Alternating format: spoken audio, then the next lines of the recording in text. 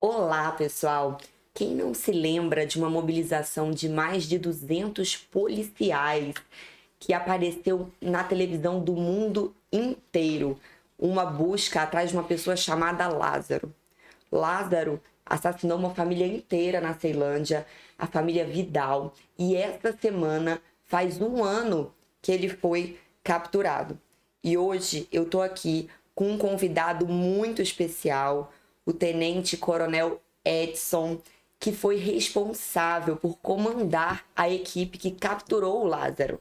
E ele também lançou um livro contando como foram os dias nessa busca por Lázaro em uma mata fechada, com frio, fome e muitos desafios. E também estou aqui com mais outro convidado especial que vai estar também aqui comentando esse podcast tão especial, que é o Odir. Então, sejam bem-vindos. Deixar o coronel falar primeiro, né? Comando, né? Com a devida permissão, né? Muito obrigado, Renato, pelo convite, né? É uma satisfação muito grande estar aqui hoje, aqui de Brasília novamente, né? Nós estivemos aqui no podcast do Fala Glauber. Esse podcast deu uma repercussão muito grande em nível nacional. E até mandar um abraço pro Glauber aí, que virou nosso amigo. Cumprimentar nosso amigo Odir aqui, que nós quase tivemos um confronto, né, na chegada, mas deu tudo certo no final. Mas é uma satisfação muito grande estar aqui nesse momento, para a gente compartilhar um pouquinho, né, daquilo que foi vivenciado pelas equipes, da polícia como um todo, né? Quando eu falo polícia, eu estendo a nível nacional, né? Porque eram polícias do país inteiro que estavam envolvidos ali naquela operação, numa operação em conjunto, numa operação integrada. Renata, foi bom barato, porque a Miúcha, né, a sua secretária, a sua número 1, me mandou mensagem que eles estavam perdidos. E aí, pô, eu fiquei procurando, eu vi um carro ali na frente, falei, não, esse cara aqui não tem cara de ser o coronel, não. Eu conheço o coronel, já assisti vários vídeos do coronel. Rapaz, quando eu olho pra frente, eu já vi os caras desconfiados do meu. Olha, coronel! Cara, os caras são operacional, maluco. Eu vi como é que os caras ficaram escamados. Você é louco, compadre. Eu, coronel, já. Sou da igreja. Já confessou logo que era da igreja, falou que eu tinha medalha de São Bento. Eu falei, me conhece mesmo. Me conhece, já falei da tatuagem da São Bento, né? Vamos dizer assim. Patrificou. Ó, esse negócio de São Bento, desculpa, Renata, tá? Só um comentário. Engraçado que, se vê ele contando as histórias, né? A primeira coisa que eu lembrei do Coronel Edson foi da medalha de São Bento. Foi. É isso? Com você agora que você é apresentadora. Bom, Coronel, foram mais de 20 dias de busca pelo Lázaro e até hoje essa situação deixou marcas em Brasília, muitas lágrimas, né, também no entorno do Distrito Federal, e ainda alguns moradores não se sentem seguros, né? Eu ouvi um depoimento do irmão da mulher que foi assassinada falando que ele ainda espera por justiça. Então, um caso muito triste. E ainda bem que tem profissionais, né, policiais que têm como propósito realmente a profissão e foram ao encontro do perigo para proteger a nossa sociedade. E esse caso, ele externou a importância da união do governo do Distrito Federal, de Goiás, né? E eu queria te ouvir, porque foram policiais de ambos os estados. Eu queria aproveitar também e parabenizar o Coronel Naime, que esteve nessa operação, comandando a equipe aqui do Distrito Federal, uma pessoa que eu respeito muito, admiro muito, também já esteve com a gente aqui no podcast. E eu queria te ouvir a sua opinião sobre a importância das políticas públicas do Distrito Federal e de Goiás, sobretudo ligadas ali ao entorno, estarem, né, com um constante diálogo, estarem tendo essa harmonia. Vamos começar pelo começo, né? A operação ela se deu devido à ocorrência aí com a família Vidal, né? E já de imediato o secretário de Segurança Pública, quando soube, né, o secretário de Segurança Pública do Estado de Goiás, soube da situação, já se deu aquele alerta inicial, né, com relação às forças policiais, tanto Polícia Militar quanto Polícia Civil, e de pronto já colocou à disposição do governo do DF, né, para que nós pudéssemos estarmos operando, né, para que nós chegássemos a um resultado na captura desse marginal. E logo no início houve a conversação entre o secretário de Segurança do DF, juntamente com o secretário de Segurança de Goiás, e a partir de então iniciou-se a operação, né? E essa operação ela se inicia não somente com essas duas forças, né? Cabe salientar que quando eu falo forças do país inteiro, porque ali foi mobilizada a força realmente policial da nossa nação. Então nós tínhamos ali envolvidas naquela operação Polícia Rodoviária Federal, né, cobrindo todas as rodovias, né? Nós tínhamos Polícia Federal, inclusive com um time tático, que é o COT, mandar um abraço para esse pessoal que operou ali todos os dias. Um batalhão de operações especiais, tanto do DF quanto de Goiás, né? Polícia Civil de Goiás e do DF. Nós tínhamos equipamentos de última geração, né? Que tanto da Polícia Federal que foi nos emprestado, tanto do Rio de Janeiro, para que nós pudéssemos, ali na região onde o Lázaro estava, era uma região que depois nós fizemos um estudo naquela região, ele estava em um local equivalente a 100 mil campos de futebol. Então, qualquer lugar ele poderia estar, né? E nós deveríamos fazer ali a contenção daquele perímetro para ir reduzindo as chances dele sair daquele local, né?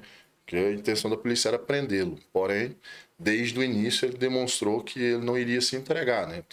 Ele por vários momentos, né, ele teve ali a oportunidade de se entregar, tanto é que ele participa de vários confrontos, né, até o confronto final, que foi no dia 28, né, hoje completa um ano, né, do confronto com Lázaro Barbosa. E quando você fala em políticas públicas, meio que eu já servi a Marinha aqui em 2001, né? Então morei em Brasília uma época e isso já era se falado lá atrás, né? Que as cidades do entorno era meio que uma cidade dormitório, né? Que a população mesmo ela trabalhava em Brasília e voltava somente para dormir no entorno. E queira ou não queira ainda é uma realidade, né?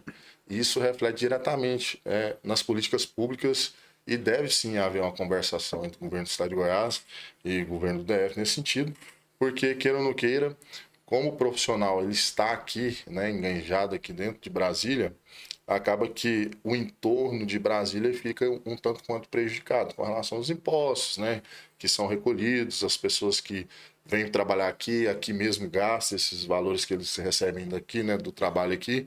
Então deve ser algo que deve ser conversado, porque acredito que a força integrada da polícia, né, foi uma demonstração até para os políticos que é possível fazer um trabalho bom, né, trabalhando em conjunto. E ali foi uma demonstração de força que nós demos e muitos criticaram, né, a atuação da polícia, questionando a quantidade de tempo da operação, questionando quantidade de pessoas empregadas na operação, mas ali tem toda uma logística e tem os seus porquês, né? Uhum. E aí, para não ir atropelando as perguntas que vão ser feitas... até falar... Renata, você que comanda aí, ó. Vai comandando isso, não vou falando. Eu pegar um gancho aí do que ele falou dessa questão das críticas, né? Que muitas pessoas, os homens, as mulheres, a maioria, né, tenta se proteger do perigo. Sim. E a polícia, eu li isso no seu livro, e é um fato, é verdade, é forte. E a polícia, ela vai ao encontro Sim. do perigo, né? E é preciso realmente um propósito, é preciso coragem. E, infelizmente, a gente vê que muitas pessoas criticaram, sim, durante a operação, depois da operação, né, exatamente o tempo. E pessoas que estavam dentro do conforto do seu lar, Sim. em segurança, criticaram. E isso é muito triste, porque a gente viu o resultado. E lendo o seu livro, é muito claro o trabalho que foi. Como vocês passaram grandes desafios mesmo, de fome, de frio naquela mata fechada, nessa época do ano que é muito frio. Aquela sensação de 0 graus que você fala, armadilhas. Né? Então eu queria... que você falasse sobre o que você sentiu, como é que você sentiu com essas críticas. Primeiro, quando iniciou a operação, eu não entro na operação imediatamente, né? Eu estava na função de chefe de segurança do governador Ronaldo Caiado e vinculado a uma outra secretaria. Eu não tinha nenhum porquê de estar na operação funcionalmente falando, né? Não tinha nenhuma obrigação funcional. Porém, eu sou advindo de várias tropas especializadas. Eu tive a minha trajetória na instituição somente em tropas especializadas. Então, trabalhei no batalhão de choque, batalhão de operações especiais, comando de operações de divisa, sou piloto policial do GRAER, né? Trabalhei no GRAER, Rotan, né? Então, nós temos aí um know-how na área, uma expertise muito grande na área operacional. E, por ter essa expertise, nós já participamos de várias ocorrências, né? Envolvendo vários tipos de marginais. A exemplo de ladrão de banco. Eu costumo dizer que o Lázaro não é o ladrão mais brabo que a gente já trombou, né? Ele é o ladrão mais famoso e satanista. Mas a gente já teve, assim, em várias ocorrências, né, de vulto. E naquele momento a população, as pessoas que me conheciam estavam me cobrando, né? Todo mundo mandava mensagem: por que você não está lá ombreando com seus irmãos nessa operação, tendo em vista que você já teve êxito em tanta ocorrência e tal. E aquilo foi me incomodando. E a população em si, que todas as vezes que eu sentava para assistir alguma coisa na TV, eu estava vendo que a população da nossa nação estava sendo manipulada por algumas pessoas ali de forma, vamos dizer assim, tendenciosas, né, com o intuito apenas de audiência, né, porque tinha jornalistas ali que utilizavam o fato do policial estar levando uma marmita para um local para comer e pegava aquele saco e falava: ali tem algo do Lázaro, né, vamos acompanhar, Lázaro acaba de ser preso. E era tudo... Já não vou entrar nas outras nuances aí de perguntas, mas era tudo fake news, né? Então, não se tinha a verdade por trás do que estava sendo veiculado. Então, eu me recordo que no 7º dia, aí é onde eu conto, aí vai ter que ler o livro, né? Contagem regressiva, como se deu a minha ida para essa operação. No 9º dia, exatamente, eu vou para a operação, formo uma equipe ali de policiais, todos os policiais advindos do batalhão de Rotan, que trabalham comigo junto à segurança do governador Ronaldo Caiado. E o primeiro momento, quando nós sentamos, né, para falar sobre a operação, para discutir as estratégias que nós iríamos adotar nessa incursão, né, tendo em vista que já se estendia por 9 dias a operação, desde o dia da morte da família Vidal, era o primeiro ponto que eu elenquei, seria que nós não iríamos ouvir a voz que estava sendo ecoada de fora da mata. Então eu queria que nós iríamos produzir o som de dentro da mata. Então, a partir de nós mesmos, né, que estávamos chegando naquela operação naquele momento, nós iríamos produzir as informações a partir dali. Porque eu, como oficial, e já vivenciei várias ocorrências, eu percebi que muitas informações estavam sendo manipuladas, né? É muito forte isso, porque... eu vou só fazer um comentário e você pergunta. Não, rapaz, você tá brilhante, Renata. Não, porque isso que ele falou é muito forte, né? Eu sempre falo sobre isso, da manipulação, né? Infelizmente, a gente vive isso. Sim. E a melhor forma da gente conseguir solucionar é através da educação, da instrução. Você realmente tem que incentivar as pessoas a mergulharem nas informações, Sim. a entenderem de fato os contextos. Porque quando a imprensa quer, ela distorce, viraliza, né? E as pessoas vão seguindo aquele movimento de manada. E é muito triste isso. Porque muitas vezes o que está por trás é financeiro. Sim. Né? Então, a gente nunca sabe o interesse que está por trás de uma matéria sendo veiculada, né? Sendo viralizada, disseminada. E a melhor forma da gente conseguir saber da verdade é você se apropriando do conteúdo. Sim. E aí, eu achei muito legal quando você falou do ouvir a voz da mata, né? Que é o que a gente tem que fazer sempre. A gente tem que ouvir o nosso eu interior. A gente tem que pegar as nossas informações, as nossas conclusões e ter a nossa opinião. Que às vezes é mais verdade do que o da maioria. Né? E isso tem sido uma coisa na minha vida constante. Sim. Eu quero fazer um comentário em cima do que o Coronel falou. Eu, assim, sou fã do Coronel, de verdade. Pode ver que é um cara extremamente especializado. O cara ainda pilota, caramba! O cara entende de tudo, de busca da mata. O cara... E só tem 39 anos, é jovem. Aí. É uma pessoa jovem e extremamente qualificada. E essa questão do Lázaro, eu costumo dizer... Eu saio um pouco do lado da razão, Renata, porque eu vi uma questão, desde o começo, desde o primeiro dia que essa notícia pulou para nós jornalistas, Eu não cobri porque eu não faço análise política, coronel. Mas é claro que a gente... Você não cobriu que você não faz análise. Você faz sua análise política ou você ficou com medo de ir? Não, mas você sabia que nosso site foi cancelado? Nós fomos cancelados porque teve um menino nosso, eu posso falar, o Marco Vicenzo, porque na TV ficou mostrando os rituais. Teve o ritual mesmo ou era aquilo foi inventado? Não, ali foram identificados várias casas, né? Voltadas para essa cultura aí de magia negra, né?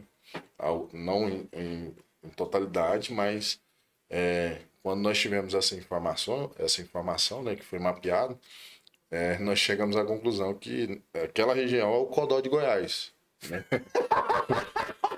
Desculpa. Sinceramente, um atrás do outro. Não, mas é sério. Não, me perdoa agora. É o Codó de Goiás, cara. Lá. Porque agora lá evangelizou, né? Esse dia eu tive na Bahia. O pessoal falou que Essa risada evangelizou. dele é muito boa. Não, mas é. Aí, quando Então, mito ou verdade, verdade. Tinham realmente as práticas satânicas. Teve policial meu que entrou em casas lá, Caraca, de ritual, de sangue pra todo lado, e aquele cheiro de morte mesmo, porque eles abatiam animais, né? Então, e uma forma do Lázaro ele se manter, né, um corpo fechado, né, que eles falam muito disso durante o período da caçada, que isso foi ganhando uma proporção muito grande. Tanto é que muitos evangélicos foram para montes, né, fazer oração, e naquele momento a percepção que se tinha a nível de nação é que realmente o bem estava perdendo, né? Eu, como conhecedor um pouquinho da Bíblia, eu sei que toda autoridade é constituída por Deus na Terra. Então, o senhor também viu uma questão espiritual nesse Eu não caso? somente vi, como vivenciei, né? A guerra do bem contra o mal. Não somente eu, mas a gente tem relato de outros policiais também que tiveram a mesma compreensão, né? Você precisa ter uma compreensão espiritual para você entender isso, né? Senão você passa sem perceber.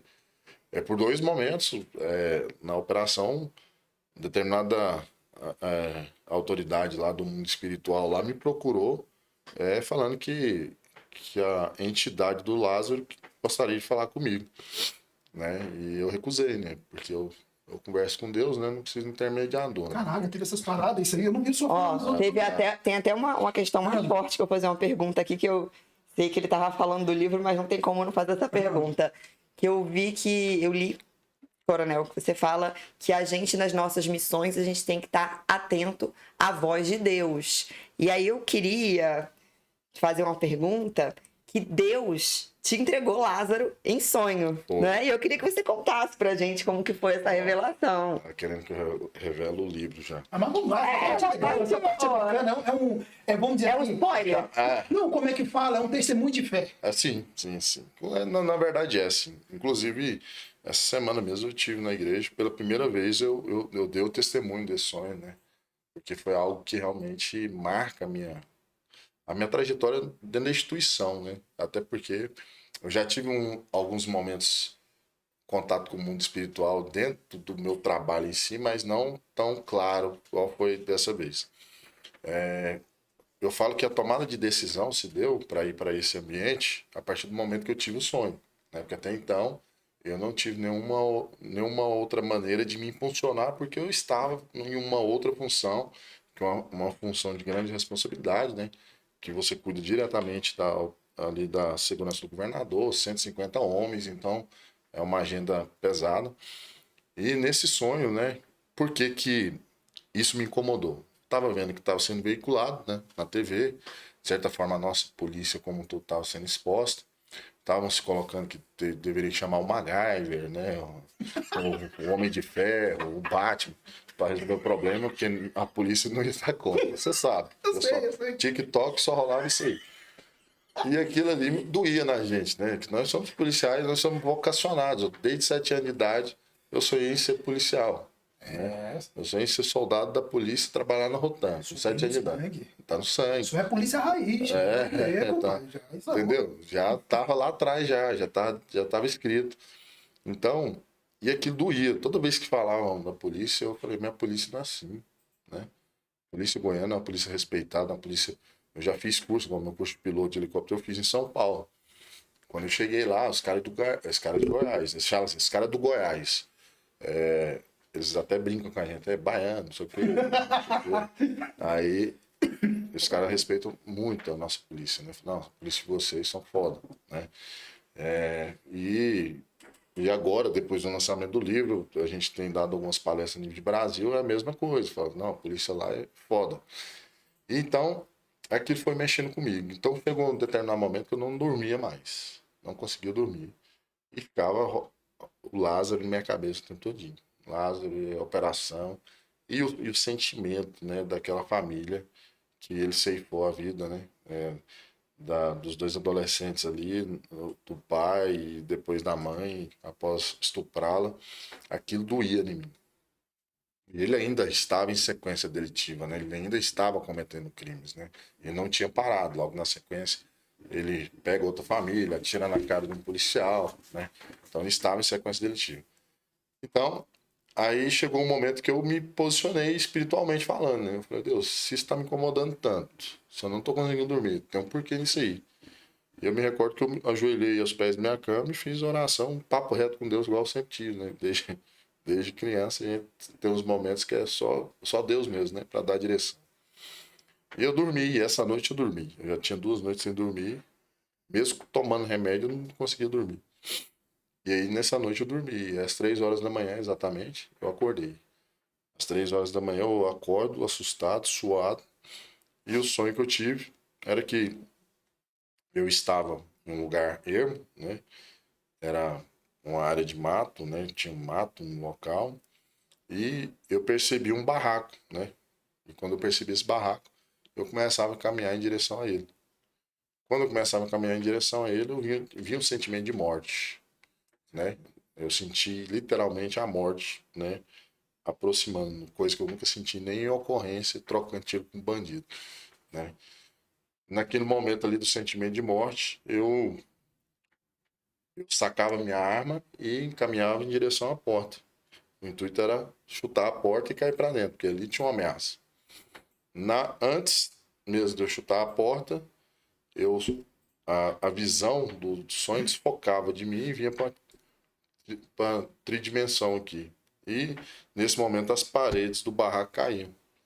E no momento que as paredes caíam, eu visualizava desse local aqui na tridimensão, eu à porta do lado de fora com a arma na mão e o Lázaro do lado de dentro com a arma na mão. Eu de frente a ele, né? Separado apenas pela porta. E aí eu acordei assustado e suado. E nesse momento eu fiz mais uma oração, fiz uma promessa, né? Eu tinha feito uma promessa com Deus, que vence hoje, inclusive, essa promessa. E a decisão, né? Foi tomada ali naquele sonho. Eu falei, não, eu tenho que ir. E foi 2 dias para me organizar. Fui até o governador e pedi permissão para que eu fosse para o terreno, né? Com os policiais. De pronto, o governador autorizou. Nós fomos. Entramos na operação no 9º dia, né, de operação. Foi o último dia que ele teve a herb, né, do celular, que ele havia pegado um celular e estava no Instagram com um Instagram falso, né, acompanhando as notícias. E a partir de então, eu pedi o apoio aéreo, nós fizemos 360 na localidade onde deu o raio daquela herb, que é a estação rádio base do celular. E a gente fez a infiltração. E desde então foram 11 dias de caminhada dentro do mato atrás desse. Haja coragem, que ele pediu pra ir. Só um comentário, você vê que ele ficou, né? Olha só, é bom que aqui a gente pode falar da parada espiritual à vontade, com tranquilidade. Ele ficou 9 dias, entre aspas, sendo atormentado, né? Ficou, né? Não só assim, né? Entre os amigos, mas vai pra lá, rapaz, tu vai pra lá. E a gente pode, né? Não quero saber, não. Teve aí. Fala assim, É igual o Jonas, né? O Jonas está fugindo do propósito dele. Exatamente. E foi pra barriga da baleia. Então, foi lá. Não adianta fugir. Não adianta fugir da Eu tô nossa. te falando, isso aqui não tá sendo um só podcast. Eu acho isso aqui é bom que a gente sai do óbvio, né? Isso aqui, Renata, tá sendo um grande testemunho de fé. Eu nunca vi ele falando assim, não, nos outros podcasts, não. É contigo, hein, Renata? Eu nunca falei do sonho, né? Aí eu fui perguntar, eu li o livro. Uma guerra do bem contra o mal. Você acredita que essa guerra também está presente hoje na política? Ah, com toda certeza, né? Isso, quando você fala, eu até arrepio, porque eu sou espiritualizado. Sim, hoje nós estamos vivendo, acho que são um portal, né? Existe um portal onde vai ser decidido aí o futuro de uma nação, né? Pelo lado do bem ou do mal, não vou entrar em nuances políticas de direita ou de esquerda, mas que nós vamos atravessar esse portal nas eleições agora esse ano, né? Que vai ser um divisor de águas na nossa nação, né? Vai ser um divisor de águas do ponto de vista do bem e do mal. Ou nós vamos construir famílias, ou nós vamos destruir famílias, e nós vamos entrar num período aí que eu acho que o Brasil, se partirmos para o lado do mal, eu acho que não iremos nos reconstruir jamais. Eu acho até que esse caso do Lázaro, ele nos deixa várias lições. Eu acho que é número um, eu sempre disse isso quando eu era jornalista policial lá no Paraná. Eu falava uma frase: a polícia é a malha protetora da sociedade. Você pega alguns exemplos, você pega, por exemplo, lá no Espírito Santo, quando teve greve da polícia. Ali se mostrou. Não venha querer falar em acabar com a polícia, não. Olha aí a bagunça aí. Você vê o coronel aqui, é um cara que eu acho que praticamente renuncia a vida toda dele a servir. O Com cara, certeza. cara, Os dias que eles ficaram lá sem conseguir falar com a família, sem sinal, sem dar um sinal de vida, né? Submetidos a essas condições em tantos desafios e sem saber se iriam sair vivos ou não, porque você nunca Não. sabe, né? Hein, Renato, tem uma observação, Sempre né? vai com um propósito, né? Um propósito que te leva. Segundo eu li, o Lázaro várias vezes estava observando ele de perto. Sim, sim. Ou eu estou equivocado? Não, sim, teve momentos que ele, no acampamento, né? Ele estava no ponto de observação, observando a minha equipe. Nas grotas, No né? momento Que de fala. distância. Não, porque quando ele não estava em fuga, ele procurava pontos altos, né? Então lá tem muito morro, né? Árvores. Então, assim, não é uma vegetação de cerrado igual você, uma árvore aqui, outra ali, não. Era mata fechada, mata densa, né? E tinha além das grotas, né? Que também foi feito um estudo, né? Que é equivalente, é considerada as regiões de grotas maiores a nível de América Latina. Então o sujeito ele entrava no buraco que saía 3, 4 chácaras depois, né? Eu botei na internet para entender o que é uma grota. O que é uma grota? Parece um labirinto embaixo da terra. Mas você imagina, o cara tá ali, ele tava armado, né? Sim, com 2 armas. Observando os policiais de perto, praticamente, cada distância, coronel. Não, inclusive, ele fez um ritual de fechamento de corpo do nosso lado, né? Basicamente do nosso lado, a 100 metros. Eu estava numa reunião com minha equipe e nós estávamos ali nas últimas tratativas de como a gente iria operar no período noturno. E aí, na ocasião, eu escutei um barulho da galinha gritando, né? E O coração da galinha. não dei moral, né? Deve ser, sei lá, cachorro matando galinha. Só que aí eu terminei a pré-eleição e aí caiu a ficha. Falei, a gente tá no meio do mato aqui, não tem chácara aqui perto. Você tá errado. Galinha aqui. É comum galinha no ambiente de chácara, né? Nós não estávamos, nós estávamos afundados no mato. Aí eu falei, vamos checar, né? Nós caminhamos na direção para checar.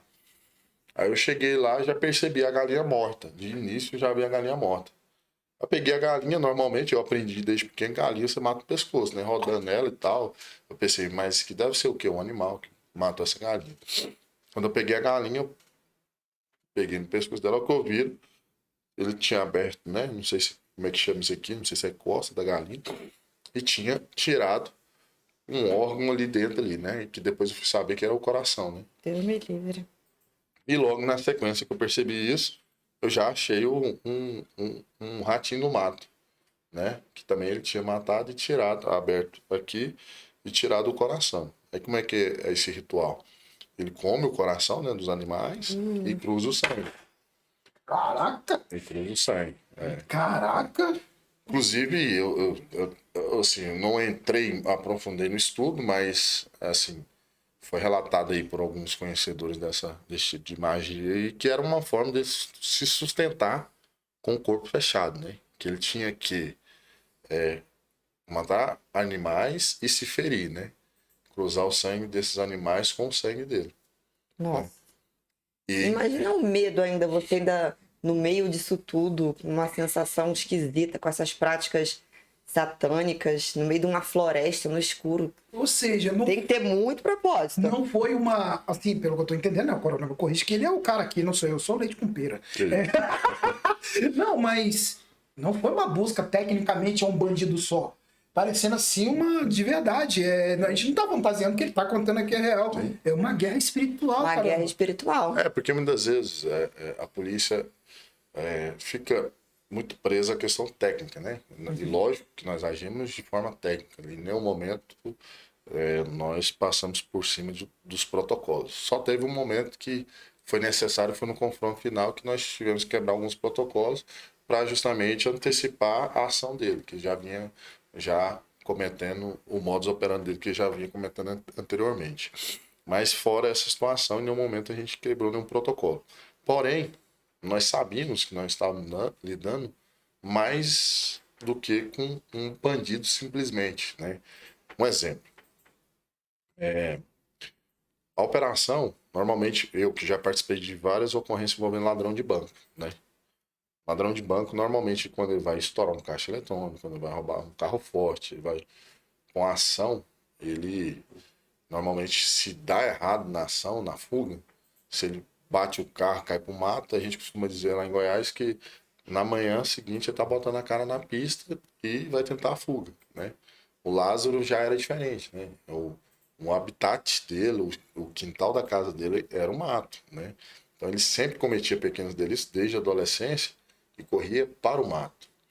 E aí nós descobrimos, né, com o decorrer da operação, nós achamos um mateiro na região. Ah, eu ia até falar sobre isso, que nesse momento eu vi muito claro Deus falando com você. Sim. E você teve humildade para ouvir. Sim, sim. O mateiro ele foi essencial porque por dois motivos. Ele tem a sabedoria do mato, né, da caça, né? Ele era caçador também. Ele já tinha caçado com o Lázaro, conhecia o Lázaro, já tinha trabalhado com o Lázaro, conhecia os familiares, conhecia onde o Lázaro havia morado com o pai, na época que morou com o pai, conhecia tudo do Lázaro, né? Então eu falava assim, o engraçado foi quando eu cheguei até ele, né? Eu chego até ele e chamei ele para que nós fôssemos atrás do Lázaro.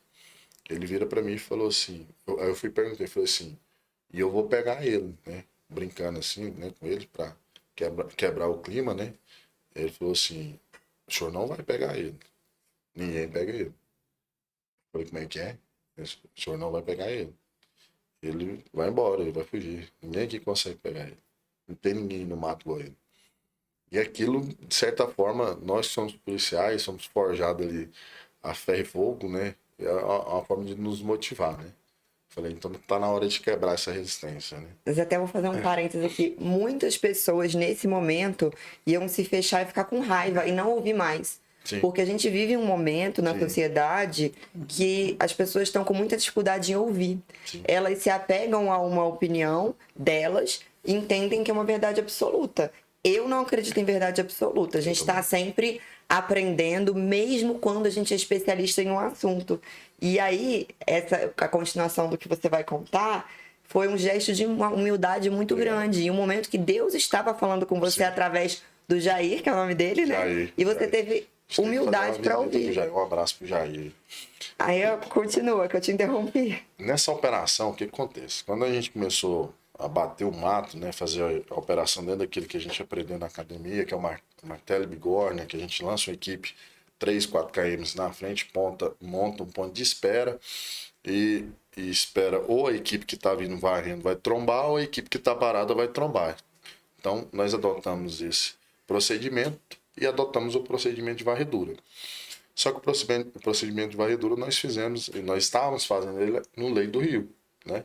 Porque a gente já tinha entrado de certa forma, viciado com as informações que a mídia estava passando, que o Lázaro é como se fosse um bicho da água, né? Que ele vivia no rio, né? Correndo pelo rio e era o que estava sendo veiculado. Sempre que ele corria era pelo rio. Realmente, quando ele estava abrindo fuga, ele procurava o rio, mas logo que ele se via na tranquilidade, ele ia para um lugar alto para ter um ponto de observação.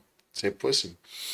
E aí, na ocasião, nós estávamos ali margeando o rio, fazendo ali a varredura no rio. Do nada, o o mateiro, o Jair, falou assim, comandante, eu queria dar uma sugestão pro senhor, né? Falou do jeito dele lá, né? Na hora. Aí, na hora, eu me recordo que a gente tem a disciplina de ruídos também, né? E ele falou alto e incomodou, né? Eu pensei assim, se o Lázaro estiver aqui, vai vazar, né? Agora, abriu a boca, que normalmente a gente faz a varredura na calada, né? Pisa no mato devagarzinho, é quase que imperceptível ali. E aí ele começa a conversar, né? Ele falou, não, porque o senhor já caçou? Eu falei assim, que pergunta é essa, né? Falei assim, vou ter que responder, né? Falei, não, nunca cacei não, só cacei gente, né? Respondi pra ele, de forma abusada na hora. Só gente, só, não cacei animal não. E pois é, comandante, você sabe como é que é feita uma caça? Eu falei, não. Não, quando você vai caçar, normalmente, quando você tá a cavalo, ou você tá a pé, você vem com os cachorros até a beira da mata, né? E quem infiltra na mata são os cachorros. E quando os cachorros encontram a caça, eles vão encantoar a caça e é o momento que o caçador entra na mata e neutraliza a caça, né? Aí caiu a ficha, né? Ele nem terminou de falar para mim. Eu falei assim, eu tô tendo comportamento de caça e o Lázaro de caçador, né? Que nesse momento ele tá em um ponto de observação e eu tô andando no rio. Devia estar olhando vocês ali embaixo, né? E lá em cima, né? Porque nesse momento eu tava embaixo. E aí você soube adaptar a estratégia a partir Aí mudei do que uma totalmente. pessoa simples Mas- alertou. Olha como é que era Deus falando com ele nesse momento também. Fazer um comentário em cima do que vocês dois estão falando. Eu sou comentarista hoje. Eu gostei desse posto de comentarista que eu não tenho responsabilidade nenhuma. O que aqui eu tava do lado de cá, da mídia, quando aconteceu aqui em Brasília, né? Foi ali no INCRA, não foi? Foi ali pelo INCRA, matou a família. Sim, sim. E eu falei, cara, que caso estranho. Não tinha repercutido na imprensa ainda. Tô falando aqui do lado o erro que a imprensa cometeu. A imprensa fez um mega personagem, botou romantizou esse cara. Romantizou esse cara de uma maneira que, na minha opinião, na minha concepção, atrapalhou muito o trabalho da polícia. Demais da conta, né? Porque assim, o que acontece? A mídia, ela fez um desserviço, né? Vamos dizer assim, não vou falar a mídia como um Não, mas não todo, tem né? problema, não. A mídia tem que ouvir para não errar de novo. Mas assim, algumas pessoas utilizaram realmente aquilo ali, e eu falo isso porque, de certa forma, o que foi ecoado pela mídia deixou danos até hoje. Porque hoje é comum, por exemplo, recentemente eu estive em Santa Catarina, e aí o Uber, né, me conheceu, né? Ah, você é o cara do podcast e tal, do Lázaro e tal. Eu falei, pô, nossa, minha filha de 7 anos estava com medo do Lázaro. Eu falei, sua filha tá com medo do Lázaro? Só que eu já tive vários depoimentos nesse sentido, né? Então, Santa Catarina, a filha do cara tava com medo. Em São Paulo, a mãe, a senhora tava com medo, que morava em região de mata, porque foi criando uma história em cima do livro de São Cipriano, né? E quem conhece um pouquinho desse livro aí, eu fui saber desse livro depois, fala que o sujeito consegue se esconder, né? Ele se passa imperceptível, né? O poder da invisibilidade, né? Tem a questão do teletransporte também, se movimentar para um outro local. Então, quando a mídia começa a ecoar isso, e agora eu percebo isso claramente, né? Visitando alguns estados, é que isso deu repercussão e trouxe um trauma em nível de nação, realmente. Então, a criança lá do norte estava com medo, a criança do sul estava com medo do Lázaro chegar lá. Aqui em Brasília nem se fala. Os idosos As estavam com famílias medo. estavam deixando suas propriedades aqui. Todo mundo com muito entrando medo. nisso aí. Ninguém tá indo pra chácara Aí pra semana, onde não. que eu entro na questão dos outros conhecedores de segurança pública de ar-condicionado, né? Que é muito fácil você dar a sua Eu opinião. gostei dos conhecedores de segurança pública de ar. Boa. Mas como é que é muito fácil eu ficar falando aqui que eu nunca fui. Não, Se eu tomar um espetão no mato, eu tinha muito espinho, hein? Mas tinha espinho. Deus me livre. Espinho carrapato Queria era... estar na pele de vocês, não. Nós tínhamos mais espinho carrapato do que mato lá nós andávamos. E era mato, hein? Então, o que eu falo? É muito fácil falar, né, do gabinete dele ali e opinar se a polícia está errada ou não. Mas, assim, procura a população de Cocalzinho, né? Aquela população local ali, né? Que tiveram, às vezes era a única casinha que ela tinha, né? Para a família dela ali, para o sustento. Às vezes não tinha nenhum trabalho, vivia do sustento ali de vender as coisas que ali ele produzia. Tiveram que abandonar as suas casas, né? Por vários momentos eu deparei com chácaras que os animais tinha morrido cachorro, tinha morrido galinha, né? Mas dá para ver assim que quem olhasse de fato para o local que estava acontecendo viu o carinho da população com vocês. Sim, né? O acolhimento da população. Totalmente diferente do que estava sendo ecoado em nível de nação. Totalmente diferente. Né? Porque assim, você olhava no olhar do pai de família, da mãe de família, que nós éramos A esperança. a última razão, né? A última razão de restabelecer a ordem, né? A última razão para que tudo aquilo acabasse. Porque imagina só, o maior medo que eu tinha, né? Todos os dias tinha duas situações que eu colocava para a tropa, meu pelotão. Primeiro, a motivação, né? O propósito, né? Para o qual nós juramos, mesmo com o risco da própria vida, né? Era se o senhor Vidal estivesse vivo, né? E estivesse presenciado a morte dos 2 filhos e da esposa. Pelo nosso juramento nós fizemos. Será que se o senhor Vidal estivesse vivo, ele iria um dia sequer, ele iria dormir, descansar? Será que ele não ia andar atrás desse sujeito todos os dias, até o fim da vida dele? Né? E eu me colocando na condição do senhor Vidal, eu tinha o direito de me cansar, de deixar de ir atrás, eu tinha o direito de reclamar de fome, reclamar de sono. Empatia, né? Empatia. É uma empatia muito grande você se colocar no lugar do outro e não parar. Mas antes de você ter esse comentário... Você é a dona do programa. Não, imagina. Você é meu comentarista aqui, diamante. Mas é só para pegar o gancho aqui, de um ponto que realmente as pessoas que moram em chácaras, fazendas, elas ficaram com medo no país todo. E hoje eu percebo que tem muitas mulheres chacareiras. Sim. Elas devem ter ficado ainda com mais medo. Né? Mulheres que são chefes de família e vivem sozinhas, eu conheço muitas. Como é que você acha que o Estado poderia levar mais segurança para essas áreas rurais? Hoje está sendo discutido aí com relação à questão armamentista, né? Que eu sou totalmente a favor, né? Eu sou totalmente a favor. Acredito que isso se prova com dados, né? Nos últimos 3 anos aí nós tivemos um aumento de 1 milhão de registro de armas, né, no país. E essas armas, elas estão na mão de pessoas probas, pessoas, cidadão de bem, né? Pessoas que estão ali para defender sua vida numa ocasião onde o Estado não está presente. Posso fazer uma pergunta em cima disso aí do que o senhor está falando? Pois não. É lenda ou é verdade que o Lázaro tentou invadir uma casa e tinha um cara armado e trocou com ele? É verdade? Não, essa história? Verdade. Inclusive, eu conto isso em algum podcast, né? O que salvou a vida daquele chacareiro foi justamente a arma, né? Que o momento que o Blas meteu o pé na porta, né? Surtado, ele atirou na porta, né? E o Lázaro saiu fora, né? Seria mais uma vida que seria ceifada, né? Então, sou totalmente a favor, porque cidadão de bem, ele não vai sair matando os outros na rua, né? Cidadão de bem, ele vai estar com armado para ser mais uma soma com o trabalho da polícia, né? Ali, porque queira ou não queira, a polícia não está onipresente. Queira ou não queira, esse pessoal que mora em chácara, mora em fazenda, eles precisam mais ainda, né? Estarem armados para poderem se proteger. Porque o sujeito chega na madrugada, chega na calada da noite, aí tá lá uma senhora de idade, um senhor de idade, como é que vai se defender? Bala no rabo do vagabundo, que for lá pegar a mulher. Salga em cima do safado. Pronto. Simples assim. Simples, né? Assim. Eu gostei desse coronel. Isso é um direito, né? Nosso, legítima defesa, né?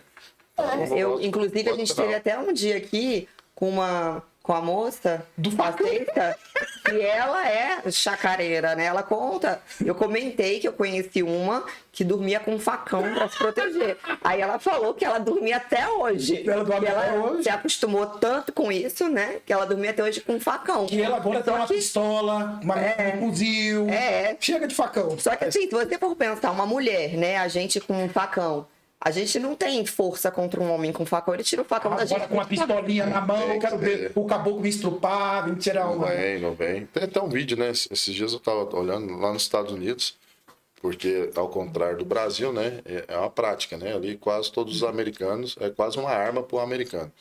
E, não tem, e o índice de criminalidade é lá embaixo, né? E tem discurso aí, falar, não, se eu armar o cidadão de bem vai aumentar a índice de criminalidade. Não existe isso, né? Bandido continua sendo bandido e trazendo a arma de fora normalmente. Na verdade, uma vez que você tira a arma da população de bem, você está amarrando ela, né? Você tá, de certa forma, anulando o poder, né, daquela população realmente saia em proteção dela mesma. Então, isso é de governos já ditatoriais, né?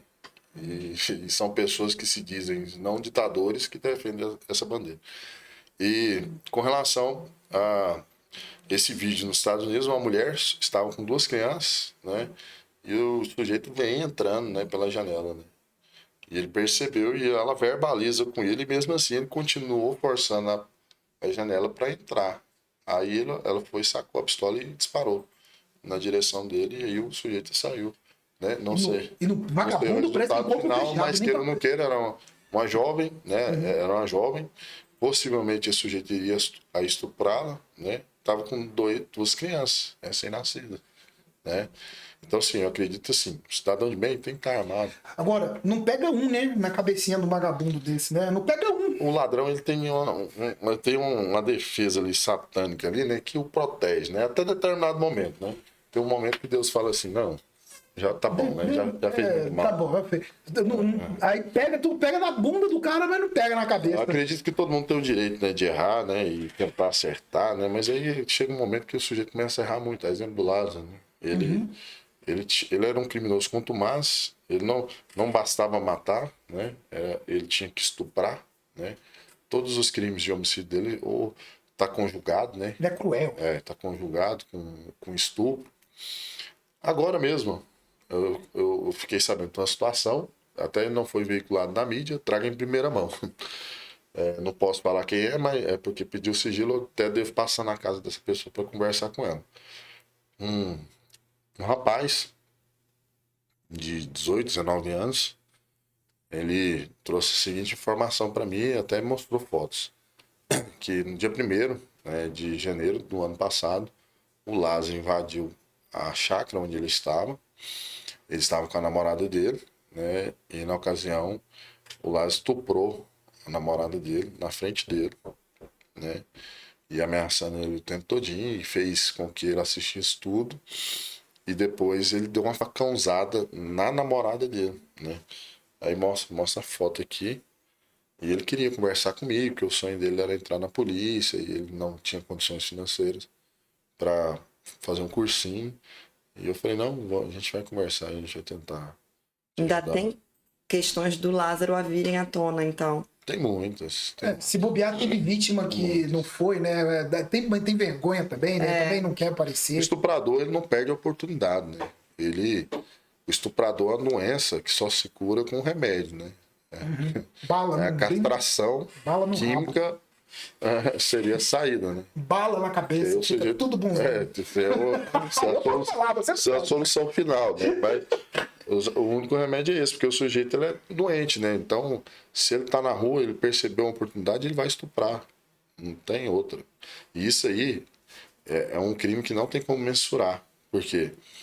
Às vezes a mulher é estuprada e ela fica com vergonha de falar, né? Ela fica com vergonha de falar até pro marido dela. Ela sofre, guarda. Ela guarda pra ela. Às vezes ela não consegue nem curar, tem que guardar a vida toda, né? Ela tem medo de relatar pro marido, porque ela não sabe como é que o marido vai reagir. Ela tem medo de relatar para alguém, e esse alguém ecoar aquilo, e aquilo já ser visto de uma maneira não que a gente sabe que a nossa sociedade é um tanto quanto machista, né, entre aspas, né, e como é que vai ser ecoado isso, então... Como é que ela vai ser enxergada depois? Ela prefere, né? se guardar, né, do que ecoar.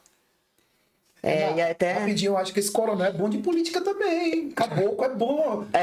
Faz uns comentários políticos bons, hein? Eu até vou aproveitar, pegar aqui uma frase que ele falou no livro dele, que ele fala que a coragem, sem a coragem que nenhum homem ele sairia do conforto do seu lar em busca do bem comum, Sim. né?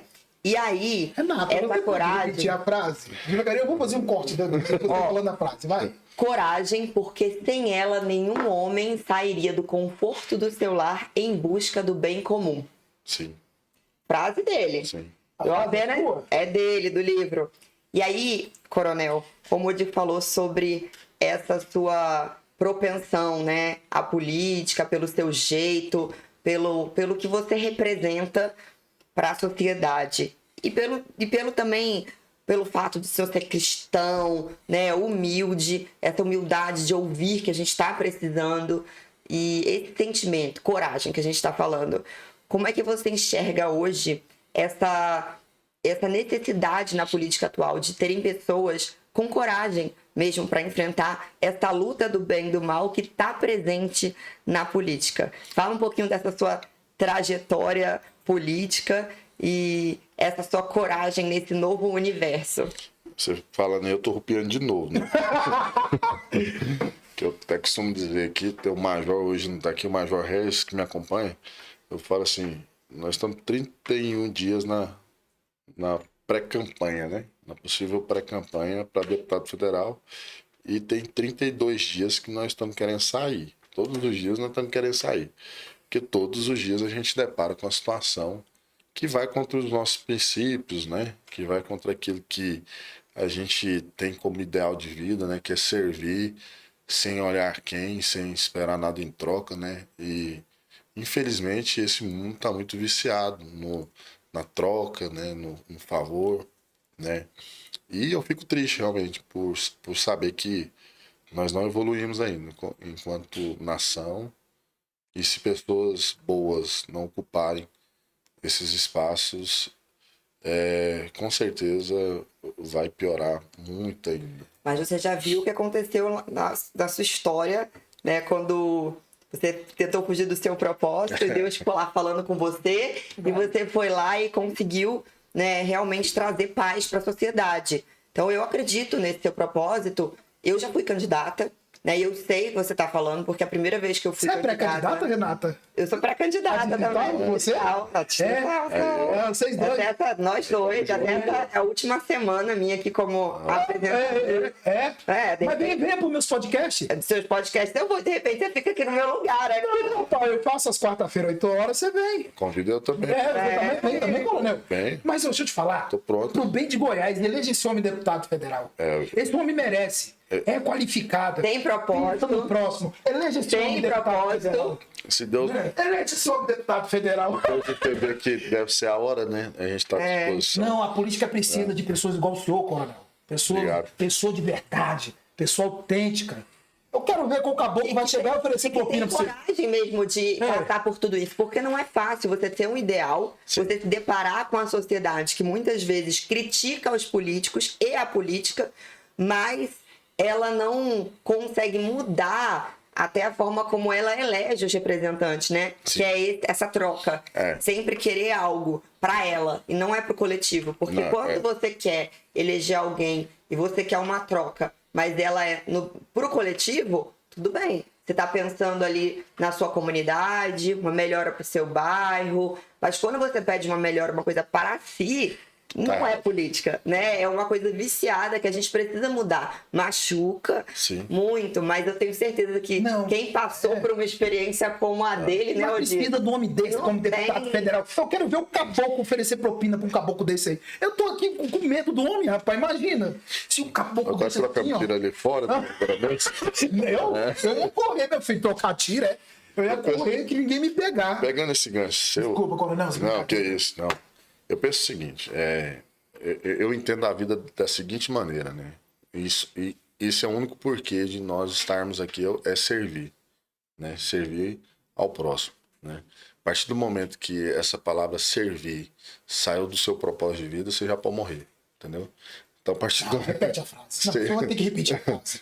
Repete a frase, por favor. A partir do momento que você entender que você não deve servir ninguém, né, você tem que morrer, porque você não tem... É uma vida sem propósito. Tem propósito. Né? A nossa vida tem que transbordar. Vocês têm uma coisa em comum, você também serve muitas pessoas lá no seu instituto. Também. Tem que servir. Eu busco sempre ter uma vida com um propósito. servindo, porque tudo faz sentido, né? Se a gente está aqui, a gente não está aqui só de passagem, para pensar só no nosso bem próprio. A gente tem que pegar o que a gente tem de melhor e conseguir levar para o outro. Sim. Agora, Perdão, você tá em que partido?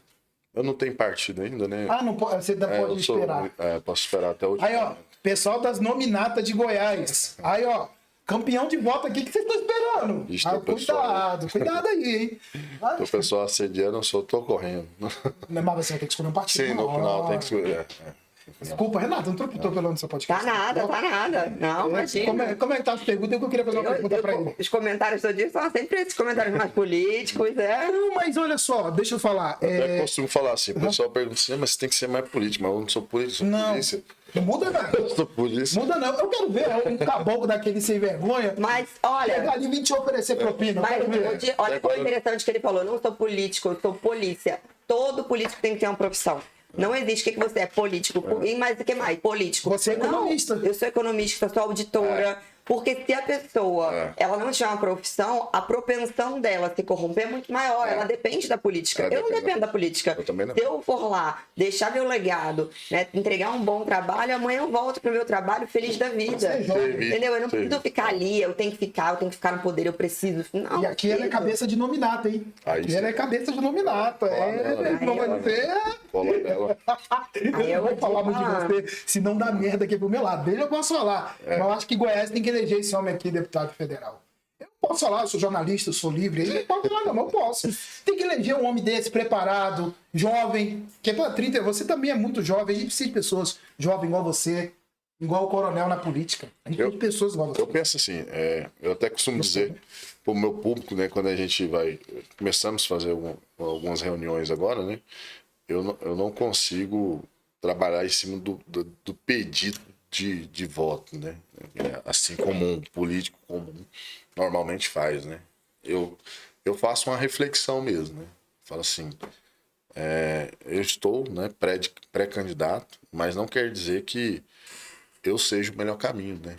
Eu acho que cada um aqui Pior não é. tem que refletir e ver qual que é o caminho. Pior caminho o senhor não é. Mas tem que refletir, né? O voto não pode ser aquele voto cabresto, não pode ser o voto impensado, não pode ser o voto...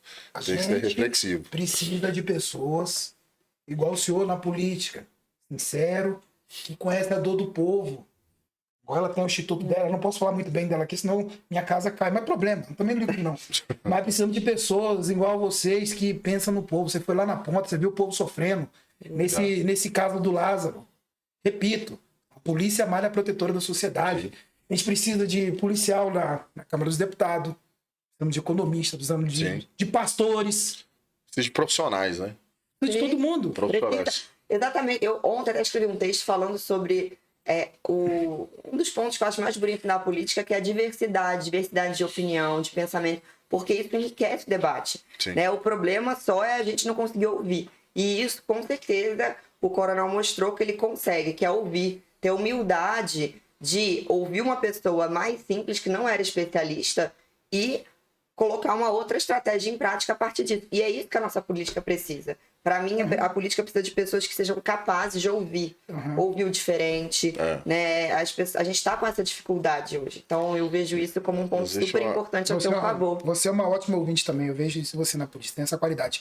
Eu presumo que o coronel é uma pessoa que veio muito de baixo. A vida do coronel não foi fácil. Foi não. Eu acho que ele... O carrinho de picolé, balconista... Você é uma pessoa que transformou a vida da sua família, deve ter sido. Menor aprendiz. Eu não vi isso no meu podcast, eu tô lendo você aqui. A trajetória não foi fácil, não. Né? Meus pais, sou de família humilde, meu pai motorista, minha mãe costureira, né? Dona de casa. Um abraço aí pro seu Edson, dona Cleusa.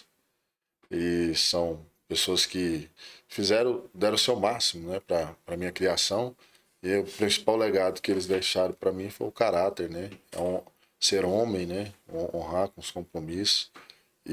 Mas no momento que eu mais precisava, nós não tínhamos, né? Não porque eles não queriam me dar, mas é porque realmente não tinham. E aí eu tive que realmente ir para a lida, né? E nós fomos nos construímos com aquilo, com o fruto do nosso trabalho, né? Minha faculdade eu paguei, né? A duras penas, né? Eu me recordo, eu tenho situações na minha trajetória onde meu pai, ele vendia pamonha na rua, ele estava desempregado nessa época, e eu estava fazendo cursinho, né,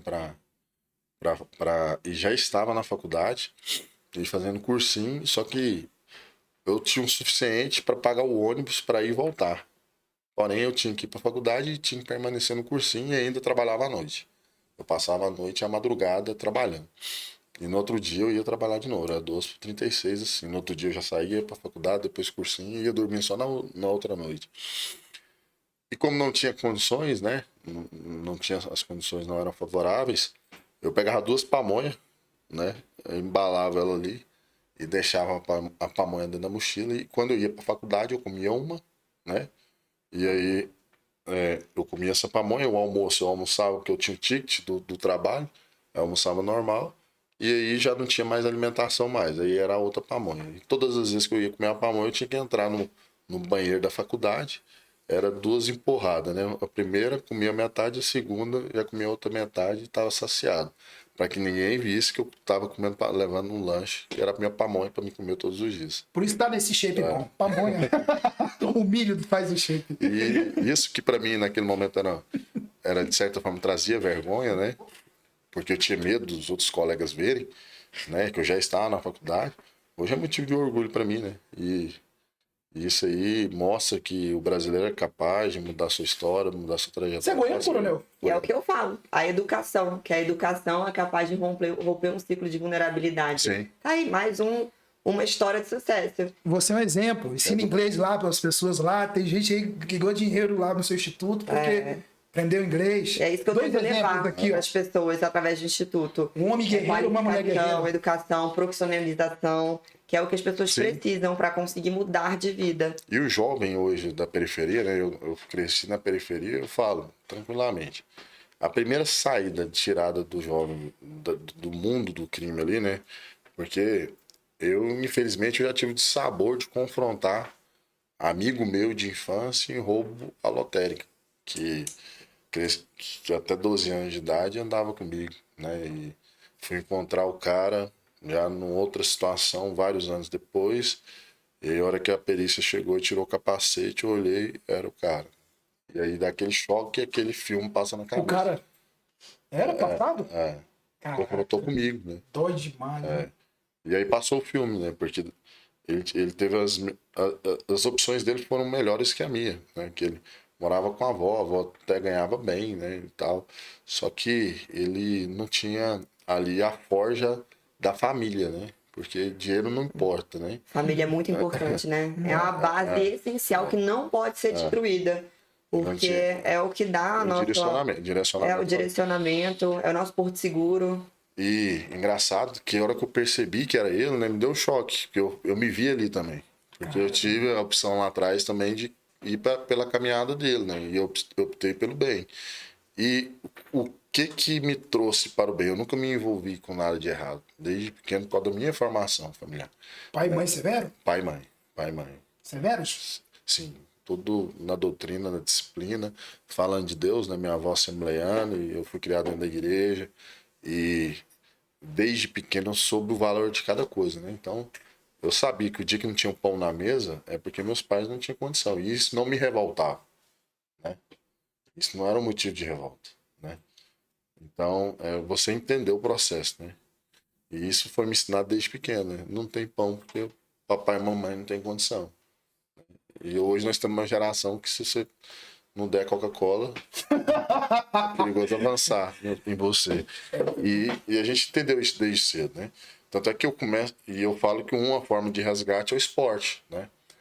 Você é lutador, coronel? Desde pequeno, desde os 9 Eu anos. já saquei que o cara é lutador. O cara é lutador, piloto de helicóptero, futuro deputado federal.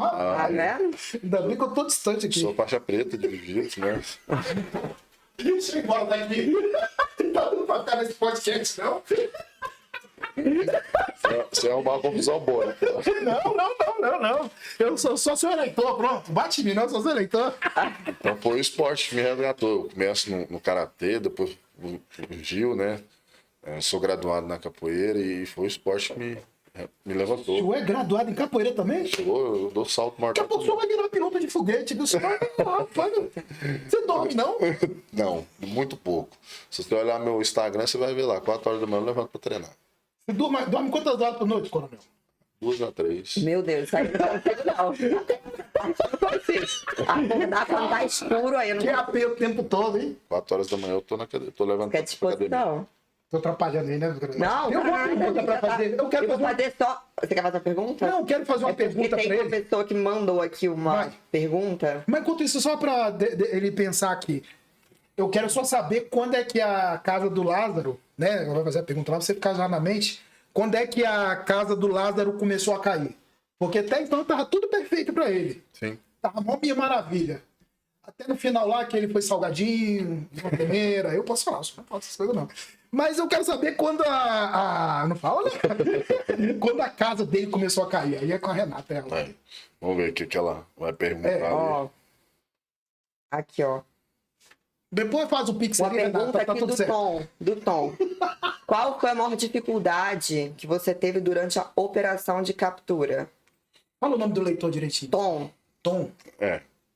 Assim, como nós fizemos a infiltração no mato, né, já no 9º dia de operação, então eu entendo que as maiores dificuldades foram de terreno mesmo, né?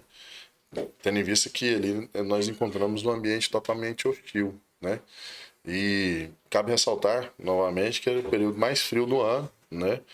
E nós temos algumas experiências, né, no mundo operacional, e quando eu fui com a minha equipe para aquela operação, na minha cabeça isso iria se resolver em 3 dias. Então eu fui formatado para me vencer esse embate lá em 3 dias. Só que tudo tem um tempo de Deus, né? E eu me recordo que no 10º dia eu tava pensando assim, mas Deus tá demorando, né? O senhor já mostrou em sonho, né? E então, assim, as maiores dificuldades foram a dificuldade do terreno mesmo. Tanto é que nós percebemos em algum momento ali que realmente o Lázaro não passava as noites frias, né? Na mata. Que se ele tivesse na Ele mata. estava sendo ajudado, né? Vocês estavam lá. É tanta Ele história. tinha morrido de hipotermia, né? Porque ou então o Satanás estava esquentando ele. Mas- Mas uma pergunta aqui da Polly. Ela queria saber se foi a primeira vez ou se tem outro caso de um fugitivo que se escondeu tanto tempo no mato. Não, é a primeira vez, né? Esse é o caso que marca a nação mesmo. Nós temos um outro momento de uma operação integrada de magnitude parecida, que é a Operação Pareja 25 anos atrás, né? Que o Pareja também movimentou, né? Uma força-tarefa, né? Foi do Silvio Santos? Não, foi da rebelião do CEPAI, antigo CEPAI, em Goiás, né? E na era moderna não tem nenhuma perseguição nesse nível. Então, hoje não temos tantas perguntas porque não tô lendo os comentários do YouTube. Mas- Os comentários dos meus stories. Mas faça a sua pergunta Não, agora, mas Gui. a minha pergunta, agora sim, né? Que a gente já falou toda a cronologia. E só pra lembrar, o rapaz que deu cobertura ao Lázaro, o idoso, faleceu, né? Mas, De causas até misteriosas. Ele já tinha meio doente. Fartou. Olha como é que a história é loucura. Foi o peso. Eu não lembro o nome dele, mas enfim. Emi? Emir. Emi, o cara desligaram a tomada dele. Não, ele mesmo. Eu falo desligou os céus. Quando é que a casa do Lázaro começa a cair, efetivamente? E aí a gente volta pro lado espiritual da coisa também, né? Nos últimos 11 horas, né? De vida do Lázaro, né? Vamos dizer assim, até o confronto final. Tem-se a informação, e até então nós tínhamos acordado que nós não iríamos usar nenhuma informação externa, né? Que não fosse aquelas que nós não produzíssemos. E nós havíamos, no dia anterior ao confronto, nós ficamos mais ou menos umas 12 horas cego, né? Sem informação palpável do Lázaro. E aí, no final desse dia, né, que foi um dia anterior do confronto, por volta de 6 horas da tarde, nós pegamos nós rastreamos uma caminhada dele em direção a Águas Lindas, né?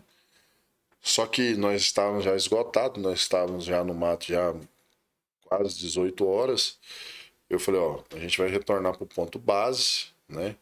Vamos alimentar, né? Vamos descansar e meia-noite nós voltamos a operar, né?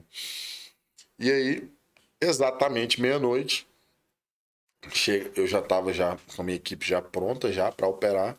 Chegou a informação que havia sido visto um sujeito de chapéu, né, margeando um mato numa região tal, em Águas Lindas, né?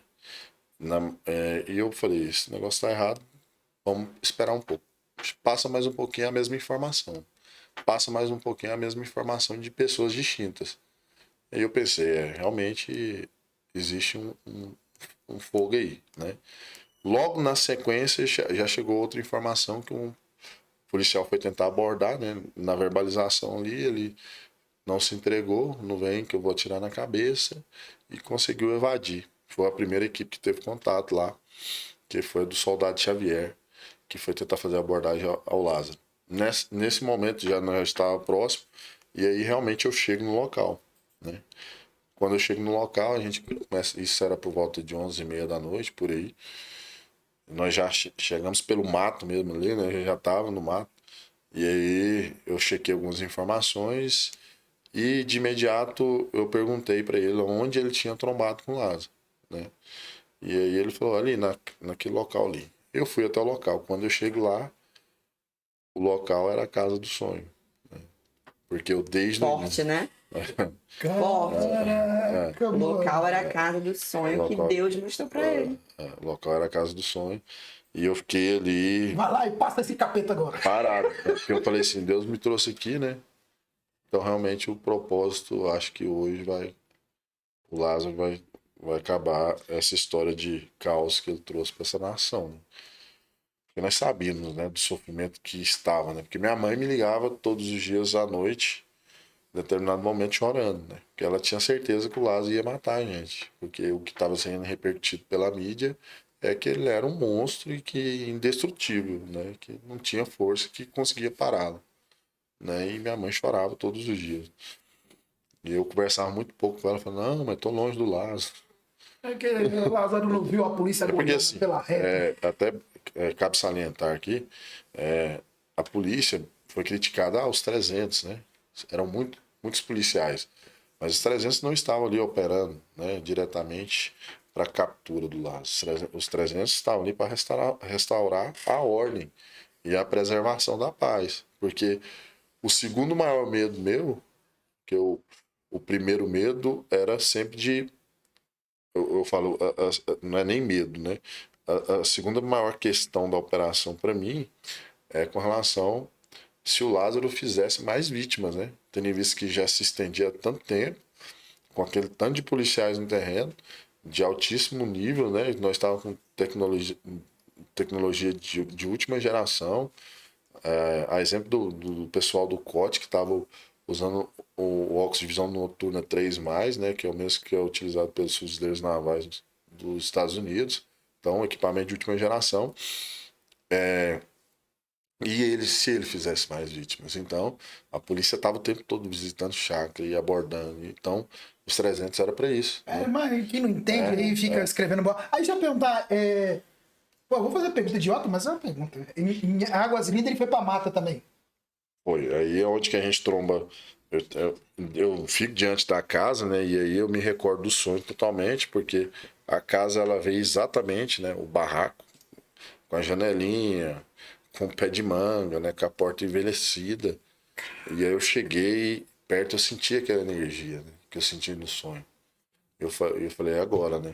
Nós vamos trombar com ele, vocês podem preparar. Mas você viu assim ele, olho no olho? O capitão... Não. Nós, nesse momento, era 11 horas da noite, né? Foi quando a casa começou a cair pra ele, Odi. Naquele momento eu tive a certeza que... Eles tiveram um confronto, né? Sim. O confronto foi 9h30 da manhã. 9h29 da manhã, né? Ele teve uma resposta. Foi uma confirmação. Aí, por volta de 1h30 da manhã, ele tromba com a equipe do COD também. Caramba. e joga pra cima, não vem que eu vou atirar na cabeça e consegue foragir. Ele novamente é válido dessa equipe. Por volta de 6 horas da manhã, ele é flagrado passando a porta de uma residência que dava acesso ao mato, né? E pega ele caminhando, que é aquele vídeo que ele tá com agasalho da polícia do DF, passando na porta de uma residência. Tá. Nós fizemos a varredura no mato, amanheceu, e nós estávamos totalmente esgotados já, porque somado ao dia anterior, nós já estávamos já uns 36 horas aí acordados, né? 36 horas aí mal alimentados, então estava bem esgotado. Aí amanheceu e nós tínhamos que traçar uma nova estratégia, né? Porque, queira ou não queira, nós já estávamos já aproximando no local da cidade, né? Então já havia várias possibilidades, então a qualquer momento ele poderia fazer uma nova vítima, ele poderia roubar um veículo e sair do local, alguém poderia dar uma fuga para ele. Então nós estávamos num momento crítico, né? E aí é quando eu tomo a decisão contrária à operação, né? Que fui questionado até pelos policiais, são policiais que já vivenciaram várias ocorrências comigo, né? São policiais de Rotan, então a gente é uma irmandade mesmo, né? Então, nesse momento, passa um oficial por mim com várias equipes e quando eu determino, ó, a gente vai nessa direção, vamos andar 5 quilômetros, vamos cortar o arame, vamos cair pro mato com o veículo até determinado ponto e infiltrar num ponto de espera. E vou lançar a equipe assim no outro ponto, numa técnica bigorna e martelo, né? Que é aquela que eu falo que vem arrastando, num ponto a 5 quilômetros para trás. Só que nesse momento, eu estava num ponto e a operação a 7 quilômetros no outro ponto. Quando eu cheguei no local, antes mesmo de eu chegar, o próprio policial, né, meu motorista virou assim: ó, chefe, o comandante da operação tá indo para lá. O senhor tá indo para cá? E naquele momento as aeronaves todas pro outro canto, né? Eu falei: nós vamos para cá. E aí ele insistiu, né? Chefe, o comandante é um oficial que eu respeito muito também, já vivenciou várias ocorrências, inclusive já foi meu comandante no GRAE, então tem uma expertise muito grande, uma bagagem muito grande e um peso muito grande, né? Se ele estava indo para lá, aí novamente fui questionado: chefe, o comandante da operação está indo para lá e deve ter alguma informação lá, está para lá. Eu falei: vocês estão com ele ou vocês estão comigo? Se vocês estiverem com ele, vocês podem descer do carro. Vocês estão com ele desde o início da operação? E eu fiz a leitura aqui, no meu entendimento ele está para cá, né? E aí nós fomos, né? Só que naquele momento pairou-se o silêncio dentro da viatura e, e o ponto de interrogação, né, começou a crescer no meu coração. Chegamos no local, fizemos, isso foi cronometrado mesmo, né? Nós andamos os 5 km exatos, né? Eu falei, ó, 5 km exatos. Pelo cálculo que eu havia feito, quando ele estava em fuga, que ele andava de determinada forma, quando ele não estava, ele tinha tranquilidade, parar, observar, né? Então, tem relatos, né, de crimes que ele cometeu, que ele ficou observando a família por 12 horas, né? Que ele foi contando passo a passo, desde a hora que a mulher chegou, quem chegou no carro, foi falando para as vítimas, depois que ele prendeu as vítimas. Então, a gente sabia do modus operandi dele, que simulava direção, né? Fazia de conta que ia para uma direção e ia para outra, isso era comum dele. Quando ele corria em zigue-zague, né? Ele não corria em linha reta. Ele tinha tudo de uma forma operacional de atuar. Atirava com as duas mãos, né? Era exímio caçador, né? Então, ele tinha toda uma expertise de mato. Se usasse pro bem. Se usasse por bem, ele era um fenômeno. E aí, nós fomos nessa direção e entramos no mato e chegamos na beira do rio. Quando eu chego na beira do rio, novamente eu desço as águas, né, que o rio tinha uma descida. Eu posicionei a equipe nesse ponto e eu desço as águas, né. Quando eu fui descendo as águas, novamente, o policial me indagou, né. O que você vai fazer aí? O lado nem aí está, né. Aí naquele momento a interrogação veio pesada, né? E aí eu escuto, né, as aeronaves do outro lado, né, uns 7 quilômetros do outro lado da mata, e a operação do outro lado, né, cachorro latindo. E aí eu falei assim, o senhor me trouxe até aqui pra quê, Deus? Porque foi pra me humilhar, né? Se eu sair de uma função que eu não tinha um porquê estar aqui, se o senhor me revela algo em sonho, há 10 horas atrás o senhor me mostra isso em sonho, o senhor me trouxe para cá porque o senhor tem um propósito, né, nisso aqui. E aí eu falei com Deus ali alguns poucos minutos ali, e eu lembro que eu descia até aqui no joelho as águas, literalmente, e logo na sequência um policial na minha direção falou: chefe, o que foi? Eu acabo de ver um vulto ali, né? Eu falei: vulto? E lá, nesse local do confronto, tinha uma vegetação de bambu, e nós encontramos por vários momentos essa vegetação. Quando você está caminhando aqui, o sujeito está a 1 palmo de distância, você não consegue vê-lo. E logo ele se perde, porque não vai vendo, né? Normalmente você progride em linha, e aí você não consegue ver o sujeito do lado. E eu caminhei nessa direção, onde que ele me falou. Aproximadamente uns 10 metros, aí depois eu fiquei sabendo que se tratava da aeronave do BAVOP. A aeronave do BAVOP passou sobre nós, né, em direção ao DF para abastecer, né? Nesse momento ele chamou a atenção do Lázaro. O Lázaro olhou para a aeronave. E aí, quando eu falo que nós quebramos protocolos, né, uma vez, que foi com relação a reagir, né, ao que o Lázaro havia sempre praticado, né? Ele sempre verbalizava, atirava e corria, né? Nosso procedimento operacional padrão fala: quando você está levando tiro, você procura abrigo para revidar a injusta agressão, né? Só que aquilo já estava doendo muito, né? Já estava doendo. O fator institucional estava pesando mais que as nossas vidas, né? O fator instituição polícia militar naquele momento estava sendo exposta, os nossos familiares estavam sofrendo, a nação estava sofrendo. Minha mãe me ligava chorando todos os dias. E eu falei com a minha equipe, falei: ó, vocês não estão obrigados, mas a partir de agora, se nós trombar, eu vou quebrar protocolo. Então, se ele estiver atirando, eu vou partir para cima atirando e revidar a injusta agressão. Então, vamos tentar prendê-lo. Mas como eu sei que ele é um psicopata diagnosticado e já repetido por várias vezes a mesma conduta, provavelmente ele vai atirar em nós. Ele não vai se render, né? Ele quer virar um mártir, né? E essa era a intenção. Tanto é os motivos das cartas que ele deixou por aí, né? Uhum. E aí, na ocasião, a aeronave passou, e no que a aeronave passou, eu ainda não tinha percebido ele, e aí ele mexeu no bambu. No que ele mexeu no bambu, eu percebi a silhueta dele, né? E deu para perceber o rosto dele ali, que era realmente tratado do Lázaro. E aí, quando a aeronave passou, ele volta, e aí foi quando nós progredimos em leque na direção, né, do lado, e ele voltou os olhos para frente. Quando ele volta os olhos para frente, ele percebeu que a gente estava caminhando na direção dele, e ele já verbalizou e abriu fogo. Não vem que eu vou atirar na cabeça, e começou a atirar. E começou a andar entre os bambus. Nós só víamos os bambus mexendo. Nós não tínhamos uma silhueta, né, fixa. E aí nós abrimos o leque em direção aos disparos e fomos disparando para revidar a injusta agressão, até neutralizar a agressão, né?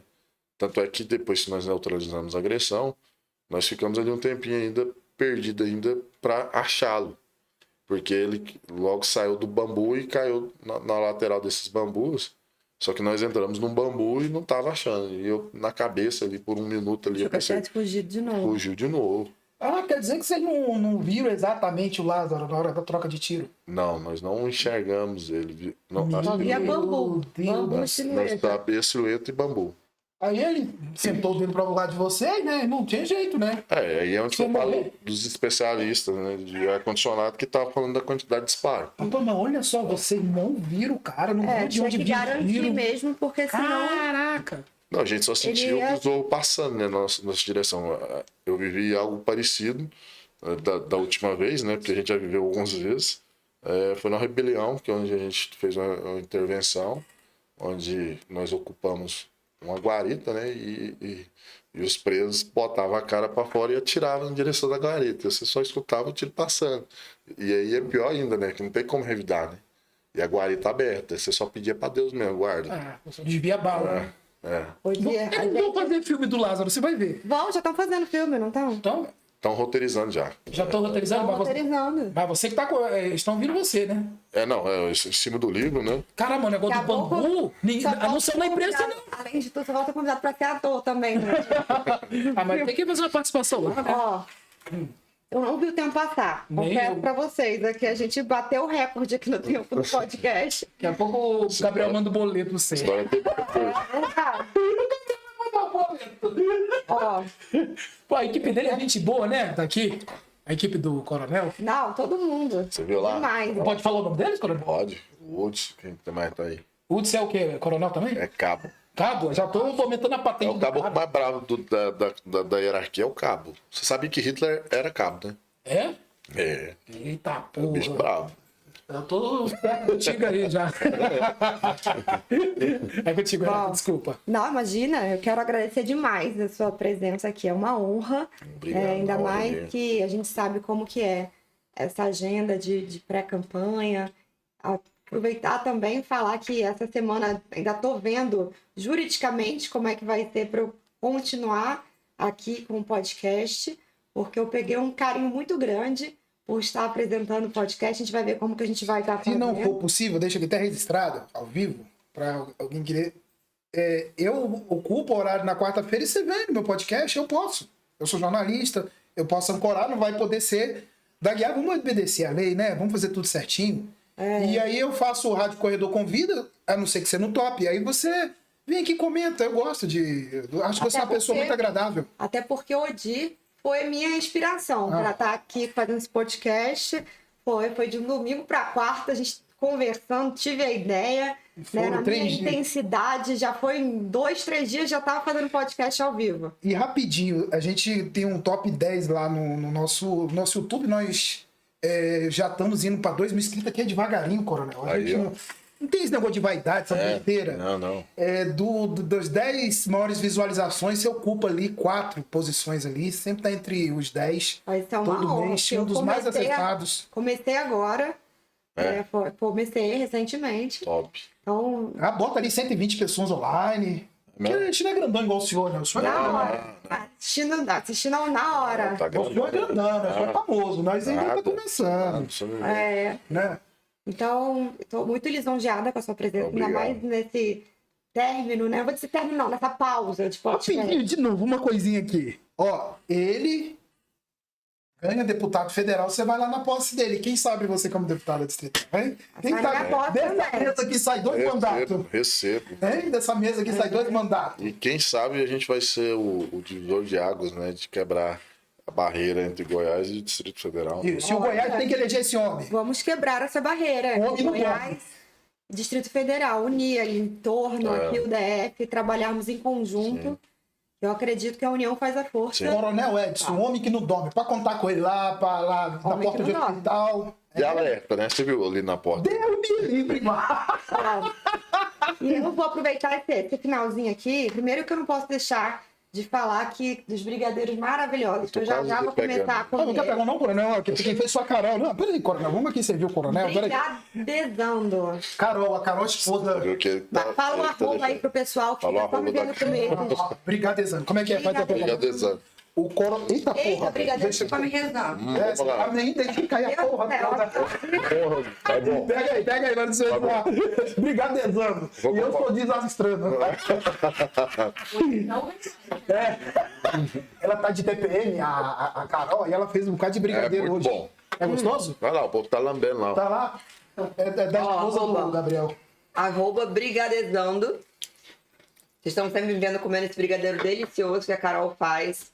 Tem vários sabores aqui. Isso aqui é pra equipe do Coronel também, ó. Tudo tranquilo. Aí, seguro. ó. E, para finalizar, agradecendo todos que estão assistindo, eu trouxe aqui um presente. Depois a gente vai falar mais sobre isso aqui, que você não sabia. Vamos quarta-feira que vem? Vem no Quarta-feira meu que programa. vem, virei aqui e falo mais a respeito disso aqui, que é um livro que meu avô escreveu. Meu avô, ele escreveu 5 livros. Ele era um coronel do exército. Ele não foi promovido general por conta desse livro. Não. Aquele conta os bastidores do movimento de 74. Ele era um major da SM na época que teve a Revolução. E ele teve a missão de relatar os bastidores. Então ele resolveu escrever um livro e um livro bem polêmico. Ele saiu dos mercados, sumiu em 74, quando meu avô lançou. E aí, em 2017, quando eu estava lendo sobre esse livro, sobre essa história, logo no início do livro fala: meus netos, minha esperança. E eu sou a neta mais nova. Então eu falei, a história do meu avô não morre em mim, eu vou dar continuidade. Aí eu relancei o livro, eu ganhei tudo, ganhei edição, ganhei publicação. E foi uma das grandes inspirações que eu tive para também estar hoje na política. Meu avô, ele era muito ligado ao Costa e Silva, então ele criou a Assessoria Especial de Relações Públicas da Presidência, que veio a ser a SECOM. Então foi o embrião da SECOM, porque a grande preocupação dele era com a comunicação entre governantes e governados, que ele dizia que o maior erro do Castelo Branco era essa falta de comunicação, dessa preocupação com a comunicação. Então depois a gente fala mais a respeito do livro. Não, mas assim, quarta-feira que vem no meu programa. Trouxe de presente também, né? Já que aqui temos um grande escritor, montagem regressiva. Esse aqui eu não escrevi, mas aqui, quando eu relancei, eu escrevi um texto. Essa é você na foto, Renato? Sou eu. Que honra. Obrigado. Gente, pro coronel. E eu vou ler. E pra você. Esse é meu. Cara, é eu apaixonei no livro na hora que eu li, quando falou de 1964. Eu sou fascinado. Ô, tempo bom, hein? Aí Caetano fala que era. Pessoal, Paulo esquerdista. muito obrigada. Só falar, pessoal que quiser me seguir também, então @papo de raiado e @coronel Edson Raiado. Mostra esse livro aí, do coronel. E tem o livro aqui, Contagem Regressiva, né? Que conta a história de Las Barbosa aqui, vai entender as nuances, porquês. Onde é que compra? Eu não sei quanto tempo você leu, né? Mas o pessoal disse que não para de ler, né? Onde é que Eu compra? leio rápido porque eu faço leitura dinâmica, que fala? Dinâmica. Eu leio muito rápido. Eu também então, faço essa leitura. Eu não vou falar quanto tempo eu li, não, senão as pessoas vão você é achar recordista. que eu sou metida. Eu vou ficar quieta. Mas assim, tá na Amazon, tá na Americanas, tem também no meu Instagram, né? @patiaia, tem um link lá. E aonde mais? Só, né? A gente deixa o link na descrição. Isso aí mesmo. A gente deixa o link na Então sigam o Coronel, venham fazer parte aí dessa mudança cheia de propósito. E para quem tá assistindo ainda não me segue, @RenataDaguiarDF. É isso, gente. Muito obrigada. Que Deus abençoe todos vocês.